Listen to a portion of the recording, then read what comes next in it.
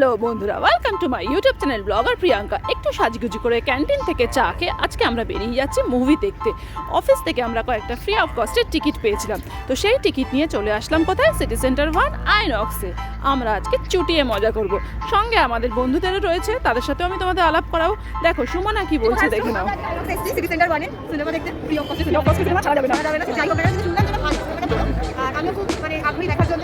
আমরা তাকে নিয়ে আসছি, বড় হ্যালো। আর খুব সুন্দর সাজানো, আমরা এটা খুব বলে এসেছি। আর এই দুজন এসে শুধু ছবি তুলে যাচ্ছে, ঠিক আছে। এই হচ্ছে আমার বান্ধবী আর তার হাজবেন্ড। হাই বলো, হাই।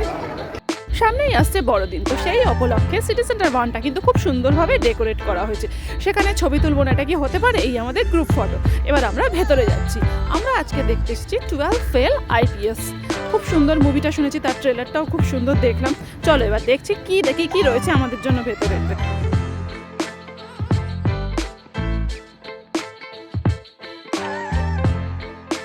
হার নেহি মানুঙ্গা, এটাই হলো মূল থিম সিনেমাটার।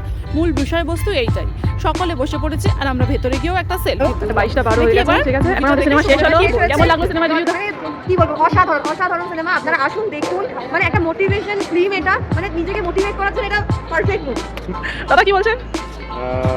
একটা মানে মানুষের সংঘর্ষ, যার কাছে কিছু নেই, সেখান থেকে কিছু মানুষ তাকে মানসিকভাবে হেল্প করায়, সে মোটিভেট হয়ে নিজের ভেতরের অন্ধকার বা নিজের প্রতিবন্ধকতাটাকে দূর করে একটা জায়গায় যে নিয়ে গেছে, একটা মানুষের সাফল্যের দায়ী। তার হাতে পাশে বিদু বিনোদ চোপড়া মানেই হলো মোটিভেটেড মুভি। তো এই মুভিটিও ওনারই পরিচালনায় মুভি, খুবই ভালো মুভি, অসম্ভব দারুণ অভিনয়। আর এই যে চাউমিন খেয়ে আমি বাড়ি ফিরছি, এই যে পরের দিনের কাজের প্রস্তুতি নিচ্ছেন এই মহিলা। অনেক রাত হয়ে গেছে, সকলে খুব ভালো থেকো।